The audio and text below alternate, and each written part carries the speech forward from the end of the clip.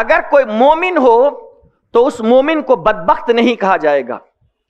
کم نصیب تو کہا جا سکتا ہے لیکن بدبخت نہیں کہا جا سکتا. اگر وہ بدبخت ہوتا تو مومن نہیں ہوتا.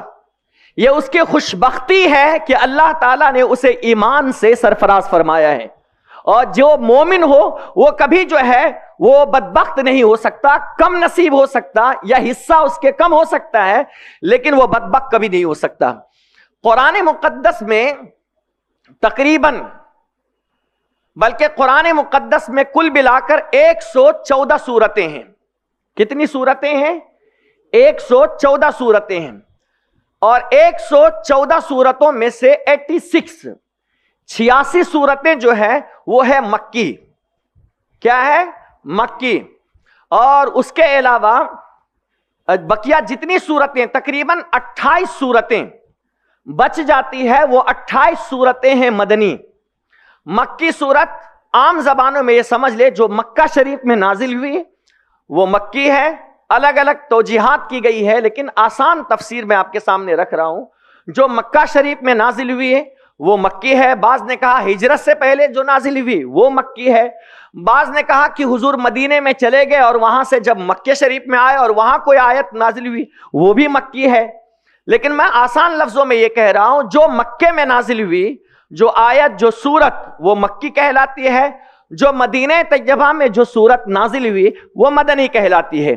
تو قرآن مقدس میں کل ملا کر کے 114 سورتیں ہیں.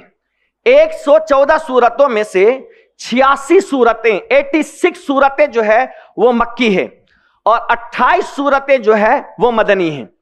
اور 28 سورتوں میں سے 8 سورتیں ایسی ہیں جن میں اللہ سبحانہ و تعالیٰ نے یا ایھا الذین آمنوا کا خطاب نہیں فرمایا. اب بچ گئی 20 سورتیں. 20 سورتوں میں اللہ تبارک و تعالیٰ نے تقریباً 89 مرتبہ یعنی 90 میں ایک کم 89 جس کو کہتے ہیں 89 مرتبہ 20 سورتوں میں اللہ تعالیٰ نے اپنے محبوب کے امتیوں کو یا ایھا الذین آمنوا کے خطاب سے نوازا ہے. یا ایھا الذین آمنوا کے خطاب سے نوازا. اب سوال یہ پیدا ہوتا ہے کہ آخر مکے کی جو سورتیں ہیں وہ کل ملا کر کے 86 ہے. ان 86 کے 86 سورتوں میں ایک جگہ بھی ایک مقام پر بھی اللہ نے یا ایھا الذین آمنوا نہیں کہا. آخر کیوں نہیں کہا؟ ایک سوال یہ پیدا ہوتا ہے. وہ بھی تو قرآن کی سورت ہے, وہ بھی تو اللہ کا کلام ہے, وہ بھی تو محبوب ہی پر اتاری گئی ہے, وہ بھی تو امتیوں کے احکام کے لیے اتاری گئی ہے, وہ بھی تو اپنے محبوب کے امتیوں کے وہ فرامین کے لیے ان کی رشد و ہدایت کے لیے اتاری گئی ہے. تو ان صورتوں میں اللہ سبحانہ و تعالیٰ نے یا ایھا الذین آمنوا کا خطاب کیوں نہیں فرمایا؟ اور جو مدنی صورتیں ہیں مدینہ طیبہ میں اتاری گئی ہے ان میں اللہ سبحانہ و تعالیٰ نے 20 صورتوں میں یا ایھا الذین آمنوا کا خطاب کیوں فرمایا گیا؟ اس کی علت, اس کا سبب, اس کا پس منظر اور اس کی وجہ کیا ہے؟ تو آئیے میں آپ کو بہت سارے وجوہات میں سے ہو سکتے ہیں لیکن میں ایک وجہ آپ کے سامنے رکھنا چاہتا ہوں تاکہ آپ کے علم میں اضافہ ہو جائے. اس کی ایک وجہ جو میرے علم میں ہے وہ آپ کے سامنے رکھ رہا ہوں. وہ وجہ یہ ہے کہ اللہ کے نبی رحمت صلی اللہ علیہ وسلم نے نبوت کا اعلان جو فرمایا ہے وہ 40 سال کی عمر میں آپ نے نبوت کا اعلان فرمایا اور 53 سال کی عمر میں اللہ کے نبی صلی اللہ علیہ وسلم مکۃ المکرمہ سے ہجرت کر کے مدینہ طیبہ گئے.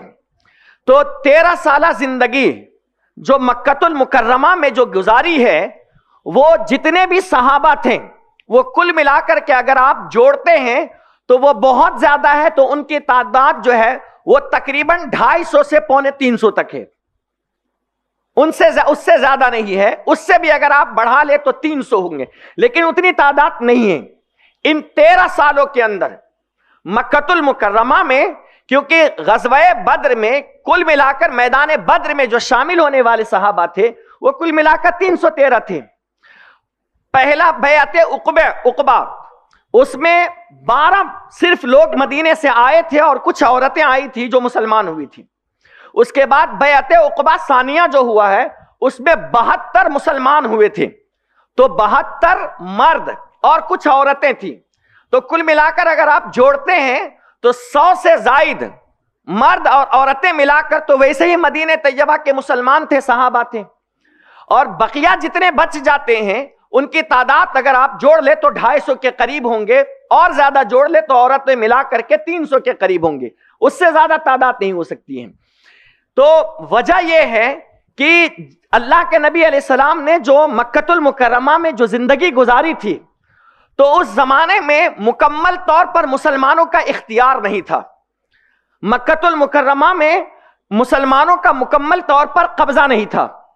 مسلمانوں کا مکمل طور پر اس جگہ پر اطمینان نہیں تھا کہ وہ دین پر کھلے عام اور بالکل صحیح اور سالم ہو کر کے وہ تبلیغ کر سکے، لوگوں کو دین کی طرف بلا سکے اور اطمینان کے ساتھ زندگی گزار سکے. اور اگر اطمینان والی زندگی ہوتی تو پھر اللہ رب العزت کبھی انہیں ہجرت کا حکم عطا نہ کرتا، انہیں کبھی ہجرت کا حکم عطا نہ کرتا. لیکن جب ہجرت کا حکم ان کو مل گیا اور مدینہ طیبہ میں چلے گئے تو اللہ تعالیٰ نے مدینہ طیبہ کو مسلمانوں کے لیے ثابت قدمی کی جگہ عطا فرما دی. ان کے دل وہاں مطمئن ہو گئے اور وہاں علل اعلان تبلیغ شروع ہو گئی. عالم یہ ہو گیا کہ پورا مدینہ جو ہے وہ مسلمانوں کا گہوارہ اور مرکز بن گیا. جب مسلمانوں کا مرکز بن گیا ان کا دل مطمئن ہو گیا اور وہ علل اعلان تبلیغ کرنے لگے. جب اللہ رب العزت نے مسلمانوں کو دیکھا کہ اب یہ علل اعلان اب تبلیغ کرنے کے لائق ہو گئے تو اب اللہ تعالیٰ نے مومن کہہ کر کے ان کو خطاب کیا، اور خطاب کرنے کے بعد اللہ نے انہیں کچھ ذمہ داریاں عطا فرمائیں.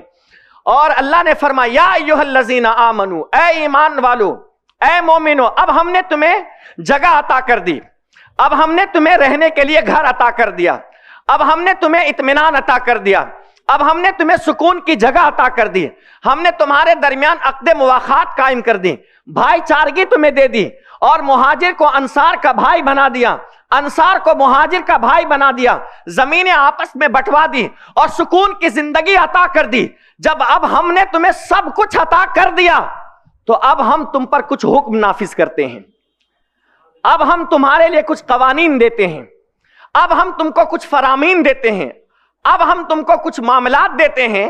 اب جیسا جیسا میں کہتا ہوں میرے بندے، مومن بندے، اب ذرا اسی اعتبار سے تو کرتا چلا جا تاکہ میں بھی تجھ سے راضی ہو کر کے یہ کہوں یا ایتھا النفس المطمئنہ ارجعی الی ربک راضیۃ مرضیہ فادخلی فی عبادی وادخلی جنتی، کہ اے اطمینان والی جان، یا ایتھا النفس المطمئنہ، اے اطمینان والی جان، ارجعی الی ربک، اپنے رب کی طرف تو پلٹ آ، راضیۃ مرضیہ، اس حال میں پلٹ آ کہ تو بھی خدا سے راضی ہو، تیرا رب بھی خدا سے راضی ہے. فادخلی فی عبادی، میرے بندوں، خاص بندوں میں داخل ہو جا، وادخلی جنتی، اور میرے جنت میں تو داخل ہو جا، میری جنت میں تو داخل ہو جا. اب میں نے تجھے کچھ ذمہ داری دی ہے. یہاں دو چیزیں، ایک تو یہ کہ اللہ سبحانہ و تعالیٰ نے ہم کو یا ایھا الذین آمنو کہا، اے مومنو، اے ایمان والو. سب کے خطابات اپنی جگہ، سب کے دیے ہوئے ٹائٹل اپنی جگہ، سب کا دیا ہوا تحفہ اپنی جگہ، اور اللہ کا دیا ہوا تحفہ اپنی جگہ پر ہے. اور کہا یا ایھا الذین آمنو، اللہ کا خطاب یا ایھا الذین آمنو.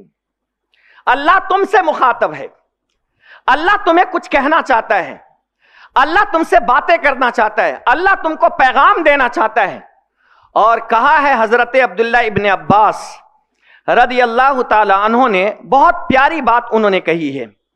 کیا بات کہی ہے انہوں نے یہ بات کہی ہے کہ اللہ سبحانہ و تعالی جب یا ایھا الذین آمنو کے خطاب سے آپ کو نوازا ہے تو اس کے بعد اللہ تمہیں کچھ کہنا چاہتا ہے، اللہ تمہیں کچھ کہنا چاہتا ہے. تو اس کی بات جو ہے بہت توجہ کے ساتھ سنو اور بہت دھیان کے ساتھ سنو، اور ہر مومن کو چاہیے